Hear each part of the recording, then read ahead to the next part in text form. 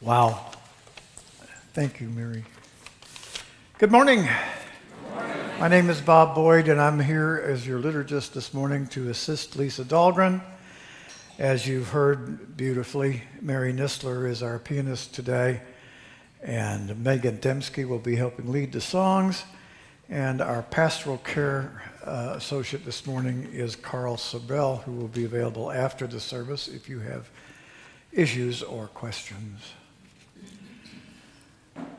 Eliot Chapel is a deliberately inclusive religious community which aspires to the dream of beloved community. No matter who you are, no matter where you come from, no matter what your ethnicity or your age or your financial status, no matter whom you love, no matter where you find yourself on your faith journey, you are a welcome part of this congregation, and we draw strength from your presence among us as we hope you draw strength from our community. For those of you who are watching on Zoom this morning, or YouTube this morning, I'm glad to welcome you as well, to remind you that there is a virtual coffee hour at noon after the service. For those of you who are here, you are cordially invited to join us for coffee after the service. 1 o'clock, pardon me. Yes, I was poorly briefed. To join us for coffee and conversation after the service by coming forward in the chapel and exiting right, there will be coffee and probably some kind of refreshments. If you are new or newish among us, we invite you especially to join us for coffee and to take a blue cup so that we will recognize you and make a special effort to include you in our conversation. If you are new this morning, you should have received a visitor's card as you came in. If you'll fill that out, please, on both sides if you have children with you, and we will be glad to stay in touch with you. Our core values are freedom, reason, respect, and love.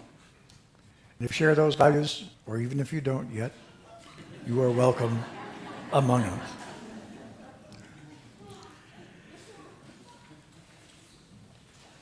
Yeah, it's John's like.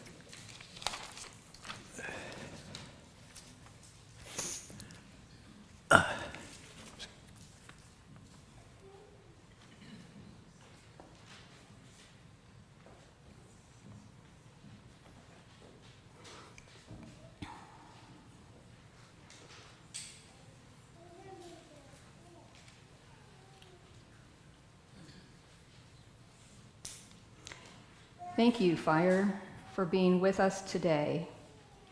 You who allow us to create you at our whim, who brings us comfort and warmth and community, we also recognize your sovereignty and your power. Thank you for allowing yourself to be a part of this most sacred symbol to us. And now, in words by Sherry Woodbury, settled minister at the First Unitarian Church of Omaha. Spark of the Spirit, cupped in earth's embrace, light of love, alive in all creation. As we kindle this flame, we rekindle our connection to the sacred web of life.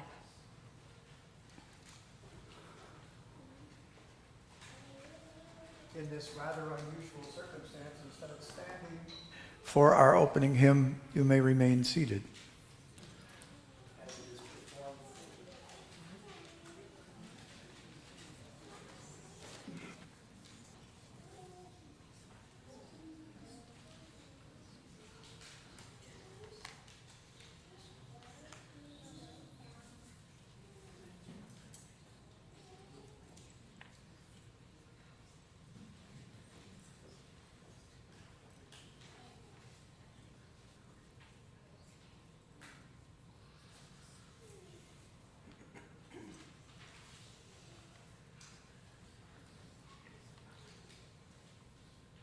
For each child that's born, a morning star rises and sings to the universe who we are. For each child that's born, a morning star rises and sings to the universe who we are. Oh, for each child that's born, a morning's to the universe. Oh, for each child that's born, a morning star rises and sings to the universe who we are.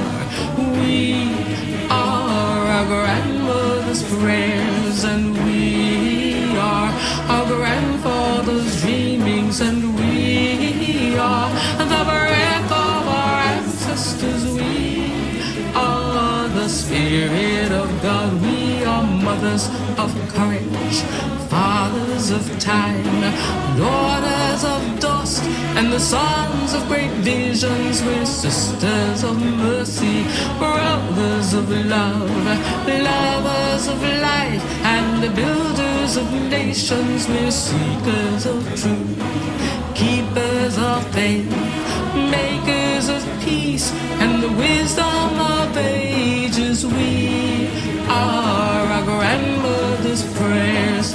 We are our grandfather's dreamings, and we are the breath of our ancestors. We are the Spirit of God. We are mothers of courage, fathers of time, daughters of dust, and the sons of great visions. We're sisters of mercy, brothers of love, lovers of light, and builders of nations. We're seekers of truth and keepers of faith.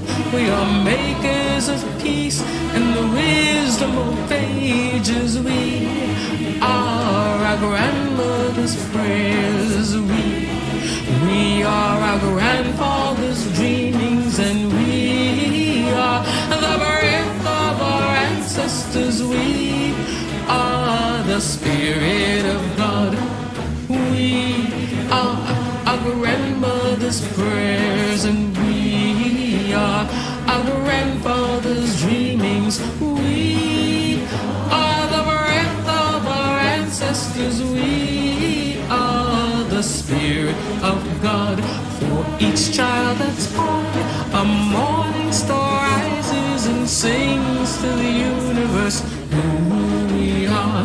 For each child that's born, a morning star rises and sings to the universe who we are. We are one.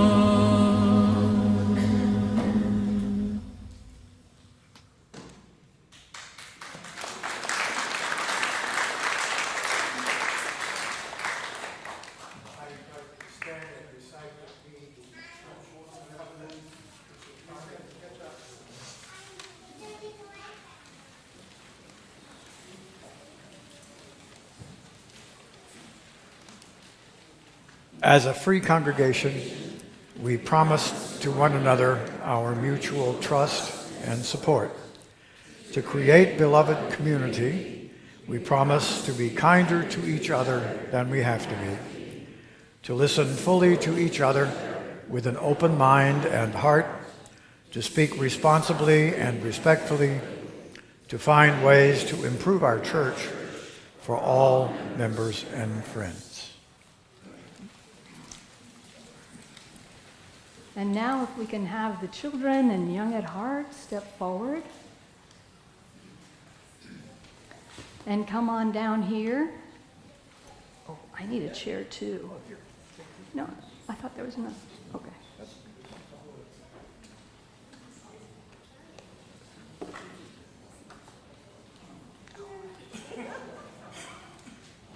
Thank you. Come on up. Yeah. Hello, hello.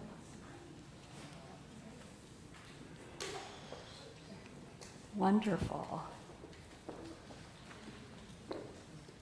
So this story is called The Boy Who Lost His Ears. And it's not yet published, and if anybody knows an illustrator, let me know. I'd love to publish this, but I had to illustrate it today on my clothes.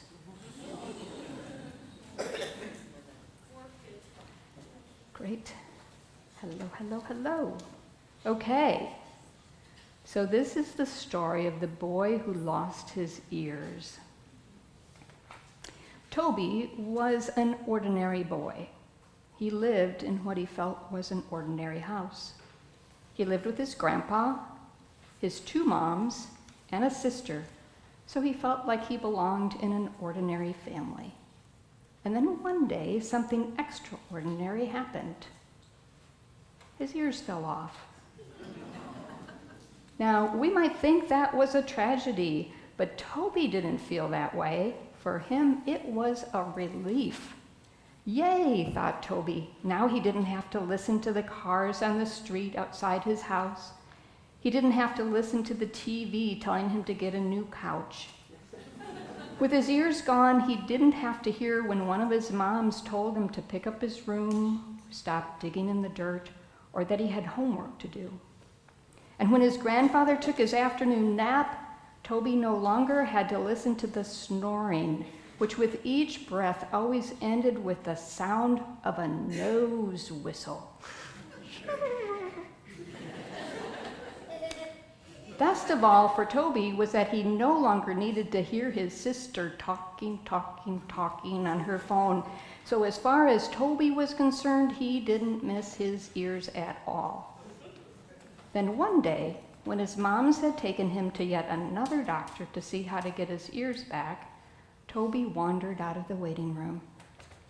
His moms were listening so hard to the doctor that they didn't even notice he was gone, which you and I might think was a tragedy. But Toby didn't feel that way. For him, it was a relief. Now, have you ever heard of a wander? A wander is when you go wherever your feet want to go and see where that takes you. Well, once Toby left the doctor's office, his feet took him on a wander down the sidewalk, across the street, and into a park. It was there that he came across a woman sitting in front of several children, sharing story time. Toby couldn't hear, but he saw right away that this woman was very different. She had animals and birds, flowers and plants, insects and fish all moving and living there, attached to her clothes, a sight. She even had a small green snake on her head. Oh, did I say her head? I meant her hat. Toby had never seen anything like this before. Have you? As Toby watched, he quickly saw that it was not the old woman who was talking. It was all the plants and animals attached to the woman that were telling the children stories. And now I'm sorry to tell you, we get to a sad part. But after the sad part, it gets happy again. So I hope knowing that, it helps you listen to what happened next. Because when Toby saw it was the plants and animals talking, it reminded him of something that he had forgotten. What he had forgotten was how much he had loved a big tree that had been in his backyard. He remembered how he had swung from a big branch on that tree, and he remembered the squirrel that lived in the tree and the little violets that grew around the tree. He remembered how it felt to hug the tree and how it used to feel like the tree hugged him back. Toby got so sad remembering all these things that he cried. And he cried and he cried. I'm sorry this is so sad, but it was. Now, here comes the happier part. The more Toby remembered the tree and the squirrel and the flowers, the more he cried. But the more he cried, the more he felt something itching him on the sides of his head, until finally the itching was so much that he stopped crying and put his hands up to his head and discovered he had grown new ears.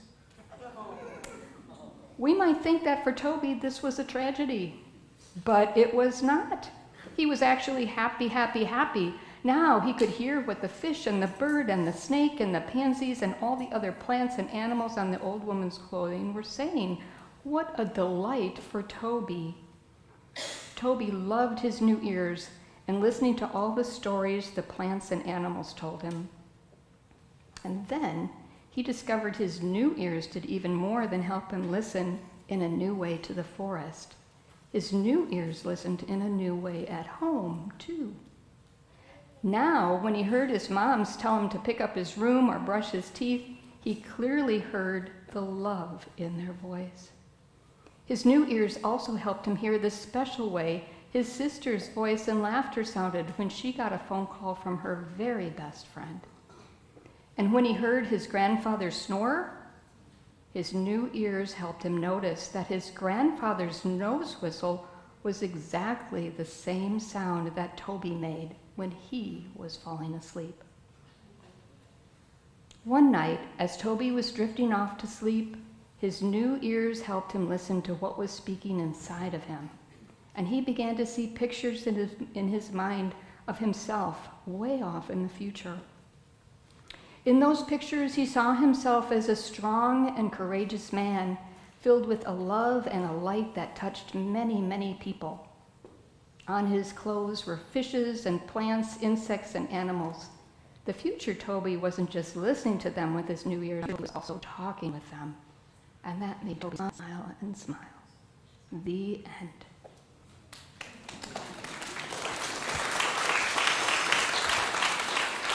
And now let's sing our children off.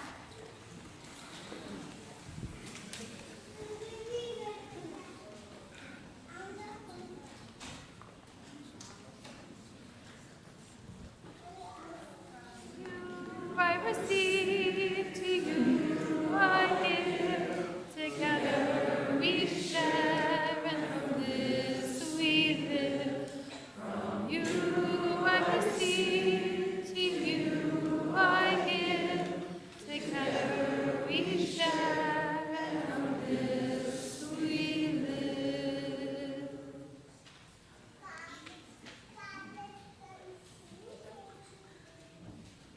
I invite you now into a time of prayer and meditation, letting yourself feel yourself in your chair, letting your thoughts drift inward. The busyness of the day and the week, the cares and concerns can be put down beside you if you would like. While you pause, I invite you to feel your breath and scan your body. Begin to notice where the sensations of courage lie within you. If you want to, you can focus on those sensations, allowing yourself to be filled with courage.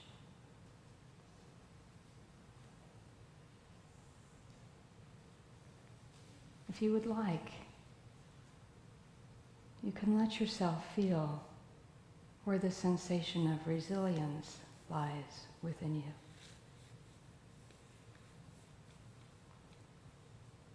If you would like, you can focus on those sensations of resilience.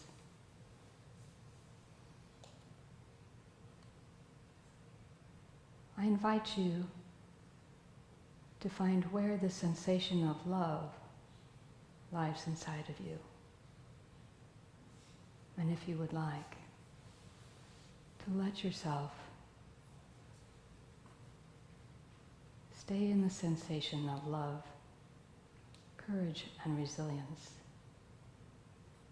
for another few moments.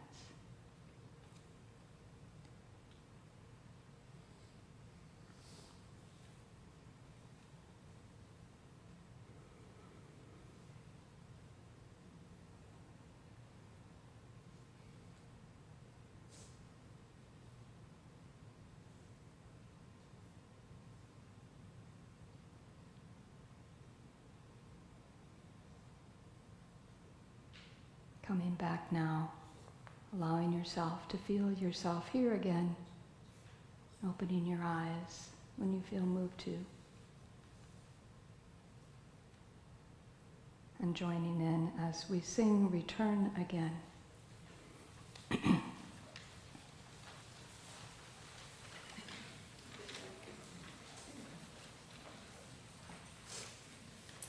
So for this hymn, we're going to sing the first 2 lines twice, then the second 2 lines twice, and then again the first 2 lines twice.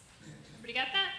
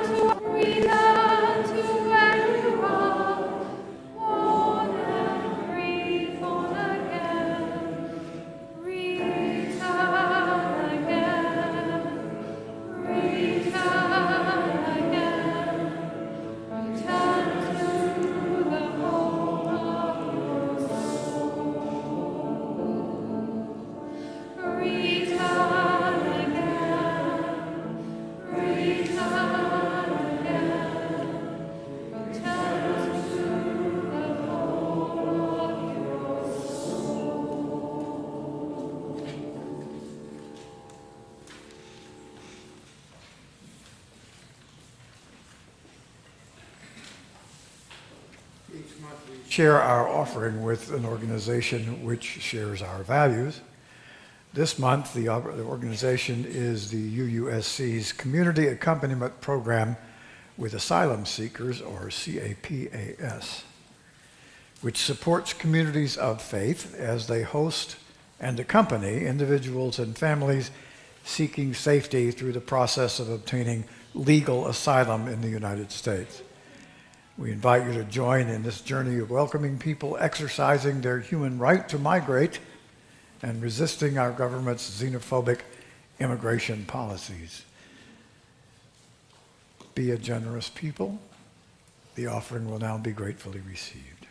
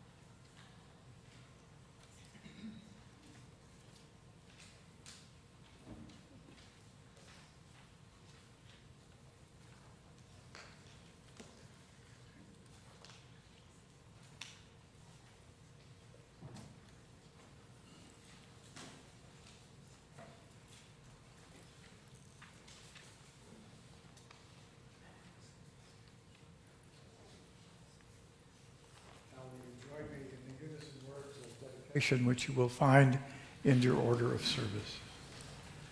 To the work of the church, which is weaving a tapestry of love and action, we dedicate our lives and these our offerings. Thank you.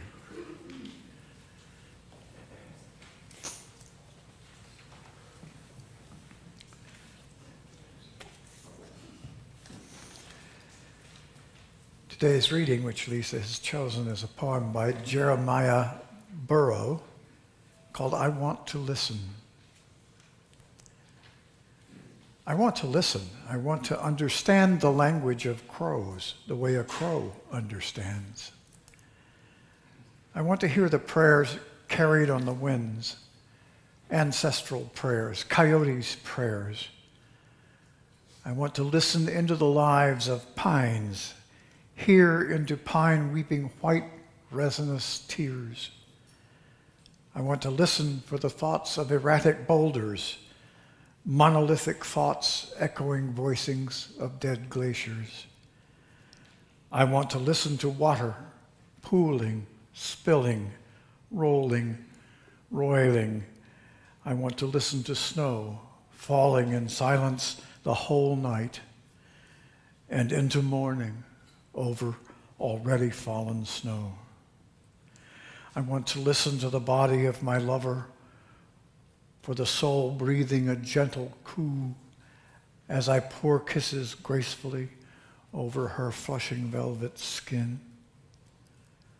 I want to listen into the fissures, the scarred places, the hard stare places, the mean, rent, angry places, the desert places, and the go there if you dare places.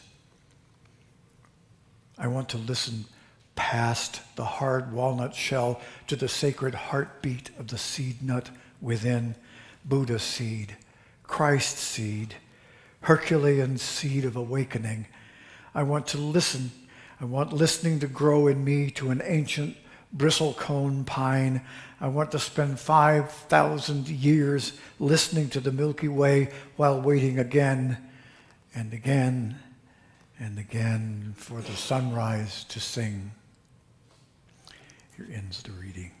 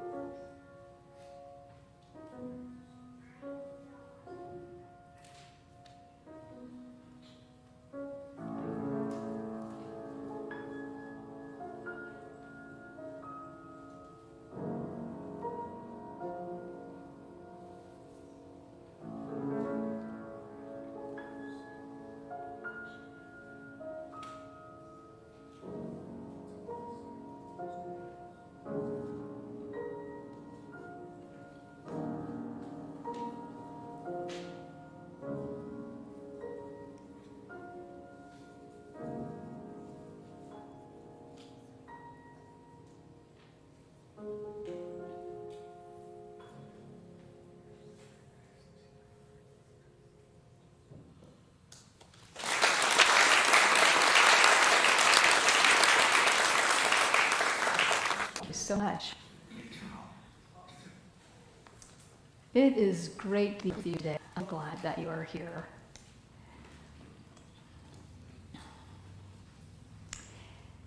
There is a small stream that I go to when things aren't going well for me, or when life has become dreary or dull. I go and sit beside this stream when I feel the need of some healing, or even just to be reminded that I belong. It's there that I hear the soft voices of comfort. The earth holds me in ways that are hard for me to describe, but is both tender and strong. And when I return home, I'm often inspired, more creative, or even feel touched by the divine. I mean, let's face it, it is hard to be human. Connecting with and being with nature helps. Being in nature slows us down, literally slowing down our heartbeat and either. We can use our relationship with nature to gain a sense of peace, and that's good. But being you presents a special challenge to us regarding our relationship with the land. As UUs, our covenant of interdependence reads that we will create and nurture sustainable relationships of care and respect, mutuality, and justice. We will work to repair harm and damaged relationships. In essence, our covenant asks us to be in right relationship with the earth. And to me, it means that our covenant goes beyond the connection I feel when I'm in nature, beyond me looking at my carbon footprint, and beyond signing initiatives for action. To me, it sounds like our covenant demands that I look within myself and how my underlying assumptions and indoctrinations have affected my relationship with the land. The way I understand this covenant is that I'm challenged to transform in order to live more deeply into a relationship with the earth. If you're like me in understanding our covenants in this manner, you may wonder, as I have, just how to do that. I have been UU for decades. Since 2017, however, my spiritual path has been, don't identify myself as pagan, and I don't follow spirituality or any other specific ancient earth-based paths. I'm actually uncertain of what to call this path. And Bill Plotkin, who's the founder of the Animist Institute, references the spiritual path as the great work. Joanna Macy calls it the work that reconnects. And Victoria Lorenz, author of the book The Wild Church and co-founder of the Center for Wild Spirituality, references our turning toward the earth as re-listening to the great conversation. Today, I'm just going to call it eco-spirituality. And I want to explain eco-spirituality to you in the way that I'm understanding it, and also how it merges with UU covenants, and sometimes even challenges them. Let me just explain a little bit more. Eco-spirituality is an emerging theology. Those who engage with eco-spirituality are open to understanding how cultures that have successfully lived in sustainable ways with the earth have done so. By listening to those cultures, those who follow eco-spirituality have learned to emphasize being in touch with our bodies using imaginal realms. Imaginal realms is the spot between imagination and the logical mind. So in between are the imaginal realms. And in understanding ourselves as humans, both culturally and personally, in ways that we left behind so long ago that they now seem new. Eco-spirituality also incorporates science and neuroscience, climate health, and social justice. As I said, eco-spirituality dovetails beautifully with UU covenants, and so it supports our covenants and can even provide, I think, some potential paths for deepening our relationship with the earth. Now, what I have learned in my eco-spiritual path is that a great deal of transforming my relationship with the earth has happened when I let go of the things I thought I knew about the earth and began listening to the earth herself. In essence, I had to have my old ears fall off. And these old ears were the ones my ancestors breathed into me, but they spoke of a settler's mindset, and they were infused with the collective and personal trauma of my ancestors having to break their bonds with the earth. And then I had to go through the process of regrowing my ears. And the new ears were also a part of what my ancestors brought me, because they brought me then the courage to be a seeker of truth and a purveyor of justice. And as I listened exclusively to what the earth was saying, I learned that she has a language. And it was important not to impose my language on her, but to learn her language. And I felt that was the first and most important step I took in being able to listen. Spend a whole day in the forest, being quiet and small, letting the birds and small animals get used to your presence. Feel the hum and rhythm of the woods change as you wait. Focus on what you notice with all of your senses. We have more than 5 senses, you know. Pretty soon, after about 20 minutes or so, you will notice the small animals begin to return to their usual daily activities and routines. You, as well as all the others in this little space, have dropped into a new baseline of familiarity. Wait longer. An hour? 2 hours? 3? How still and quiet can you be? Be like a rock. Be like a tree, patient, barely moving. Now the baseline moves much, much deeper, and a whole different language of the forest begins to rise to the surface. A mouse comes into view, nibbling on a seed. Wonder. A coyote comes and starts to jump around the meadow. Oh, he caught the mouse. Ah, you might breathe, even as you shudder. I am in the presence of the interdependence and the great web of life. Yes, but let's look at this again. The mouse eats the seed, teaching it to have a hard shell, which in turn teaches the mouse to use its teeth well. The coyote teaches the mouse to duck and weave, which teaches the coyote to jump higher and have keener eyes. And all of this is working to make these animals the best they can be. This is also the language of nature.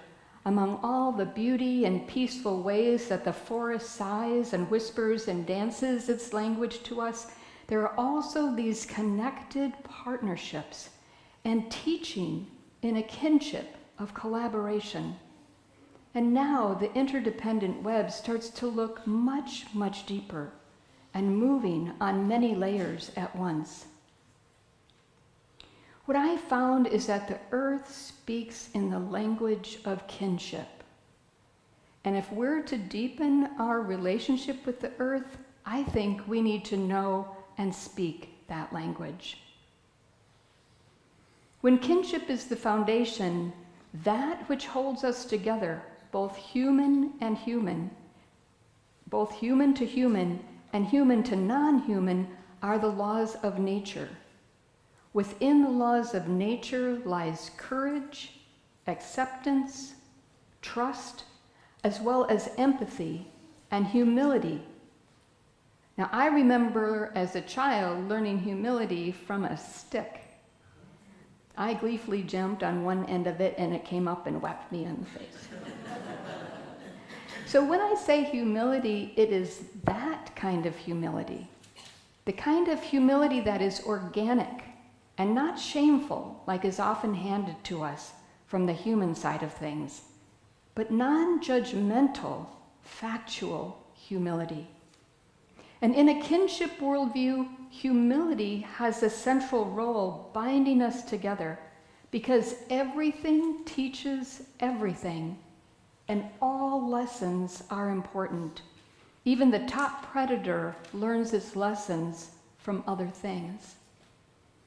In a kinship worldview, humility grants us the ability to engage in the world around us in a non-hierarchical manner, where respect is an outcome of being taught essential lessons by those who are not like us, rather than being taught only by those who are essentially us.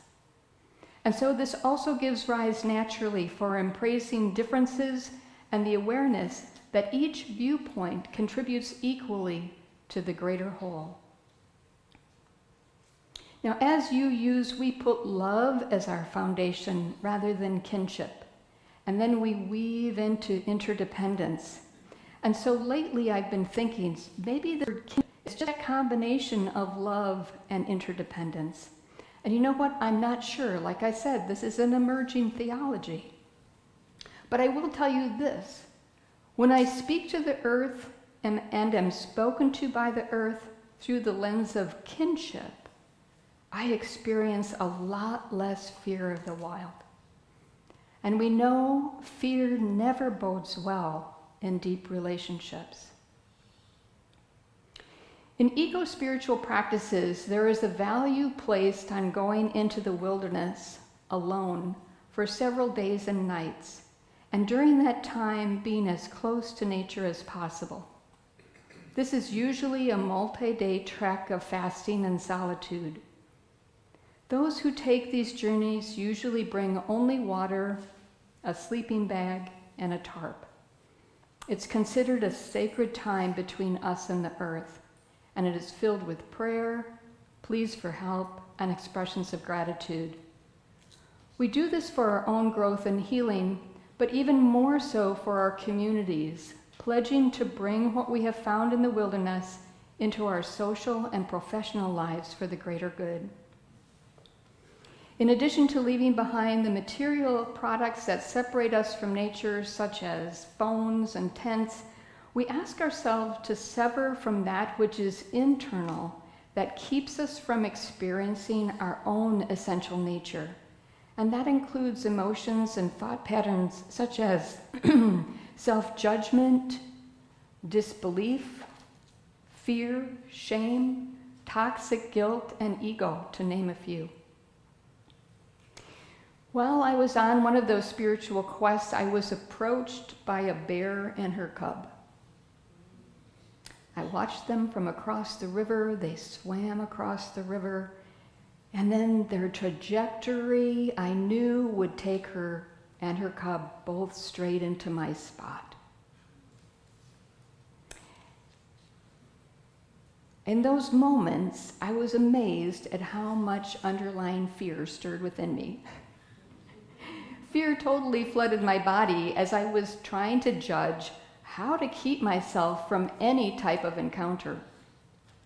And now I wonder, what would that experience have been like for me if I lived in a culture where it wasn't the invasion of the cicadas, but the joyful return of the cicadas? What would have changed with me as a child? I hadn't been kept on a picnic blanket away from the ground. Or the words, being dirty, were actually spoken with pride. How would I have reacted to that situation if I had had a deep history of being taught the kinship worldview? Now, in what seemed like a miraculous time, the bear approached me straight on until she was about just 20 feet away. Then, inexplicably, she changed her trajectory slightly and sauntered past me without even giving me a look. From an eco-spiritual kinship perspective, fear is balanced by courageous awareness and a deep-seated trust in nature and nature's principles. Risk is considered inevitable, death as unavoidable. The question is not so much, how can I fix this? How can I avoid this? How can I cope with this? But who am I called to be in this situation? which, I am reminded, is what occurs when we are engaged in the type of love that we mean when we are talking about love being the foundation for our UU theology. But when it comes to nature, love to me seems like it gets confused as being on a continuum of like. If I like something more, it starts to shade into love. Now, I love nature, but hear how I can pick out which aspects of nature I like more. Do I like sunny skies or rainy days? Mountains or seasides? Bluebirds or cowbirds? And what about those dang wood ticks? I don't think love as we know it to be here in this sanctuary is the kind of love that lies on a continuum of like. But I do think that here, when we talk of love, it is akin to kinship. And yet, if we love nature in the same manner as a kinship with nature, why do we make our church accessible to our beloved human kin, accessible to our kin of nature? What would it be like for us if we invited all of those we love, all of our kins, and embraced you? I just want to gently remind you of how much you are nature. Both of those practicing eco-spirituality and UUs understand that humans evolved through an evolutionary dance with the earth. But what does that actually mean? That humans evolved through an evolutionary dance with the earth? Well, I think it means that human bodies were made to move in nature. Human senses grew from the need to be attuned to the earth. And human psychology arose from the challenges of living in nature.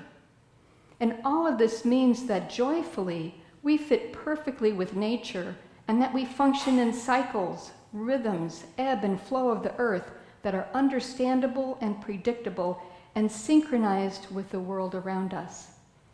It also means that we are essentially the walking, talking, thinking, doing aspects of the earth herself. Remembering this is our essential nature has changed me, including how I feel about myself and how I speak to and hear the earth. Over the past 5 years, the manner in which I go to the earth has changed. Now I go to the earth to adore her. I believe spending time adoring the earth is the simplest and most profound way that I've changed my relationship with the earth. And the best way I know to let the earth know I am adoring her is to ask her permission to be with her when I've gone to spend time with her. One of the places I go to when I want to adore the earth is a hill at Bergfried. And when I go there, I know I will leave with 1,000 voices filling my heart. As I arrive, I stop and announce myself. I state my intentions and ask permission. I wait, listening with all of my body, except maybe my ears. 99% of the time, I feel a yes. Every once in a while, I feel a no and respect that and leave and don't take it personally. Then when I hear a yes, I sit and listen quietly, deepening into the baseline, and I start my adornment. I talk out loud to the bushes and grasshoppers, like the poet Mary Oliver writes, "This grasshopper, the one that has flung herself out of the grass." I tell them out loud how beautiful they are and how much I love them. Because I'm speaking from the heart, I know I am speaking the language of the earth. When I sip from my water bottle, I pause. I let myself that this water has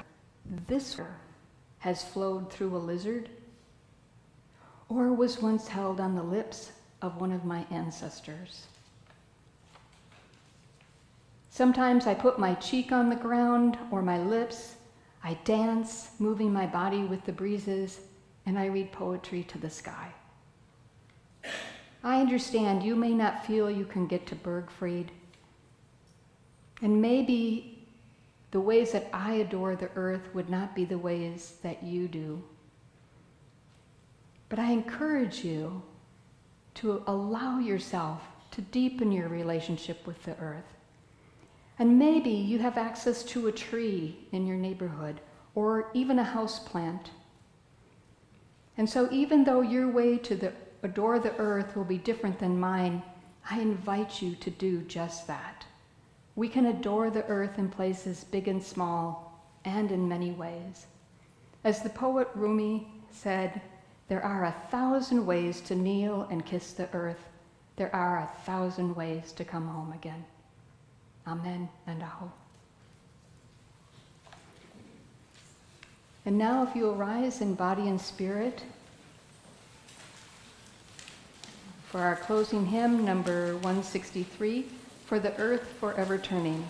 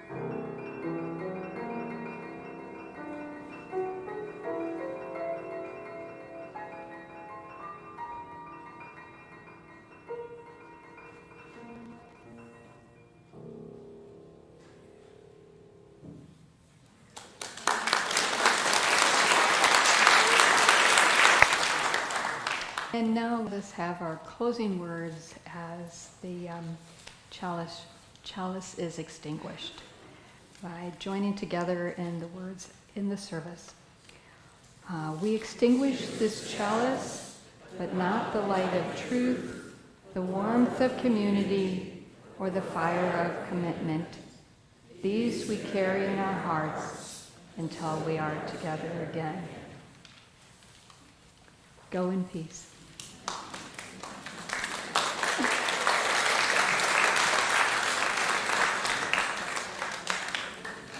Yay, thank you.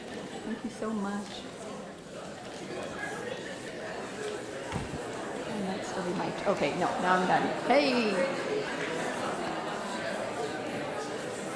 Ooh, thank you.